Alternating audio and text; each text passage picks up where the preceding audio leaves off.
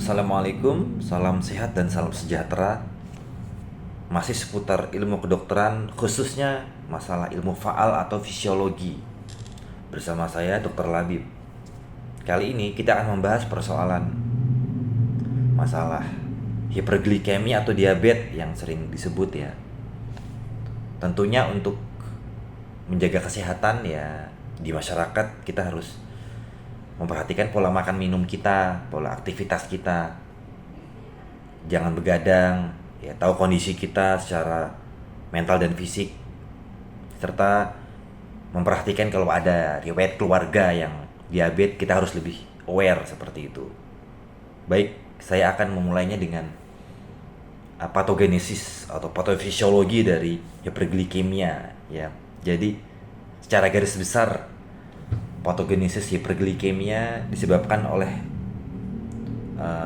ada sumber yang menyebutkan ya 11 hal. Yang pertama, kegagalan sel beta pankreas. Pada diagnosis DM tipe 2 ya, jadi fungsi sel beta sudah sangat berkurang. Obat antidiabetik yang bekerja melalui jalur ini adalah sulfonylurea, meglitinib, agonis glucagon-like peptide atau GLP-1, dan penghambat dipeptil peptidase 4 atau DPP4. Yang kedua, disfungsi sel alfa pankreas. Sel alfa pankreas merupakan organ ke-6 yang berperan dalam hiperglikemia dan sudah diketahui sejak 1970.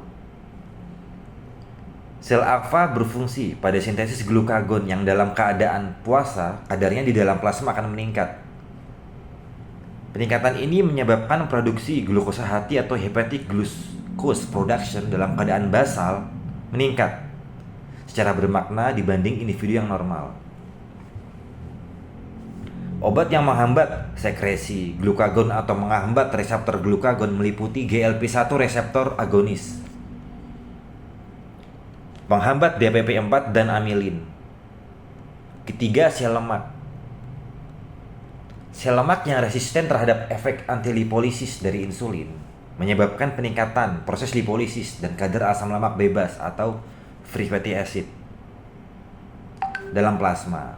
Peningkatan FFA atau free fatty acid tadi akan merangsang proses gluconeogenesis dan mencetuskan resistensi insulin di heper dan otot sehingga mengganggu sekresi insulin.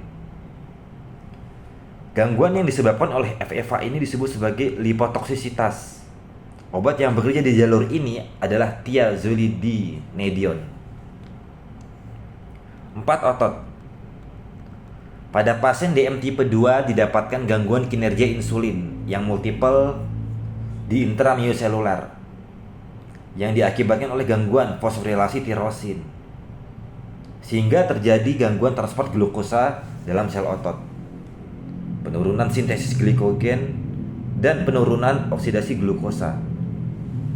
Obat yang bekerja di jalur ini adalah metformin dan thiazolidinedion. 5. Hepar. Pada pasien DM tipe 2 terjadi resistensi insulin yang berat dan memicu gluconeogenesis sehingga produksi glukosa dalam keadaan basal oleh hepar atau hepatic glucose production meningkat. Obat yang bekerja melalui jalur ini adalah metformin yang menekan proses gluconeogenesis. Yang keenam, otak. Insulin merupakan penekan nafsu makan yang kuat. Pada individu yang obes, baik yang DM maupun yang non-DM, didapatkan hiperinsulinemia yang merupakan mekanisme kompensasi dari resistensi insulin. Pada golongan ini, asupan makanan justru meningkat akibat adanya resistensi insulin yang juga terjadi di otak. Obat yang bekerja di jalur ini adalah GLP-1RA, amilin, dan bromokriptin. 7. Kolon atau mikrobiota. Perubahan komposisi mikrobiota pada kolon berkontribusi dalam keadaan hiperglikemia. Mikrobiota usus terbukti berhubungan dengan DM tipe 1, DM tipe 2, dan obesitas sehingga menjelaskan bahwa hanya sebagian individu berat badan berlebih akan berkembang menjadi DM. Probiotik dan prebiotik diperkirakan sebagai mediator untuk menangani keadaan hiperglikemia. 8. Usus halus. Glukosa yang ditelan memicu respon insulin jauh lebih besar dibanding bila diberikan secara intravena. Efek yang dikenal sebagai efek incretin ini diperankan oleh dua hormon, yaitu glucagon-like polypeptide 1 GLP-1 dan glucose dependent insulinotropic polypeptide atau disebut juga gastric inhibitory polypeptide atau GIP. 9. Ginjal. Ginjal merupakan organ yang diketahui berperan dalam patogenesis DM tipe 2. Ginjal memfiltrasi sekitar 163 gram glukosa sehari. 90% dari glukosa terfiltrasi ini akan diserap kembali melalui proses peran enzim sodium glucose cotransporter 2 atau SGLT2 pada bagian convoluted tubulus proximal, dan 10% sisanya akan diabsorpsi melalui peran sodium glucose cotransporter 1 atau SGLT1 pada tubulus descendent dan ascendent, sehingga akhirnya tidak ada glukosa dalam urin.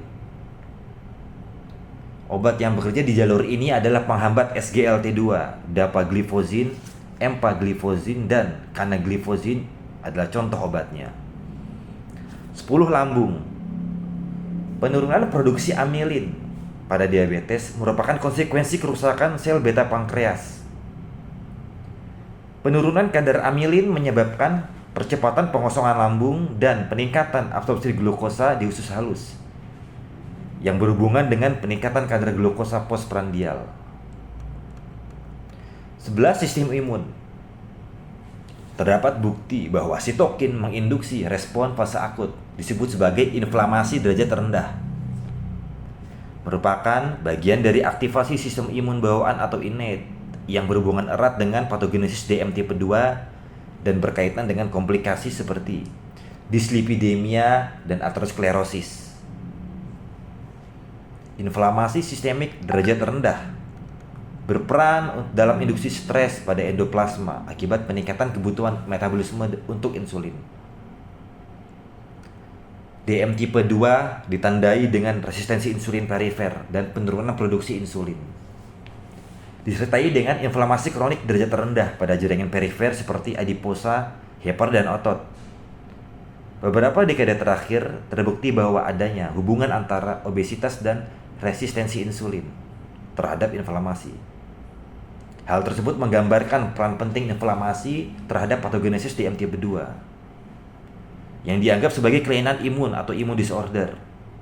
Kelainan metabolik lain yang berkaitan dengan inflamasi juga banyak terjadi pada DM tipe 2. Baik, terima kasih sahabat online atas perhatiannya, semoga bermanfaat. Ya, inilah patogenesis atau patognomekanisme dari diabetes ya atau hiperglikemia.